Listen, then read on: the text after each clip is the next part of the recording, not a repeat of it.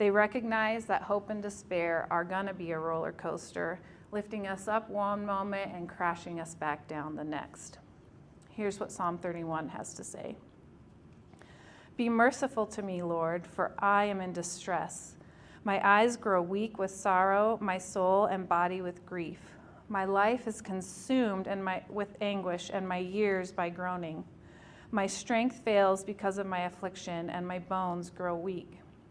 Because of all my enemies, I am the utter contempt of my neighbors and an object of dread to my closest friends.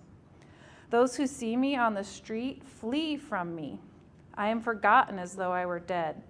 I have become like broken pottery.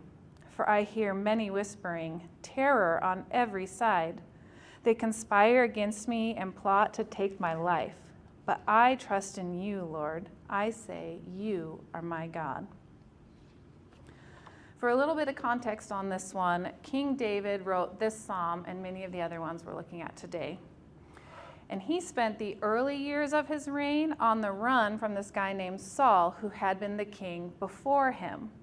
And Saul was paranoid about keeping his power, so he kept trying to hunt David down so that he could kill him. And David had to hide in the wilderness for years. Then later, when David is safely on the throne, his kingdom's under threat again, this time from one of his sons who's trying to lead a rebellion to take over the kingdom. So scholars think that David wrote this psalm in one of those two periods of fear, persecution, and loneliness. While that's likely a little bit different from your life, you know the feeling of hopelessness that David's talking about here. You know the weakness of grief and the sense that people have abandoned you because your circumstances are just too hard for them. But did you catch the turn at the end of what David has to say? He's plummeting down, and then he realizes, I trust in God. And he can rest in that truth, allowing his hope in God to calm that despair. This up and down of hope and despair is repeated over and over again in the Psalms.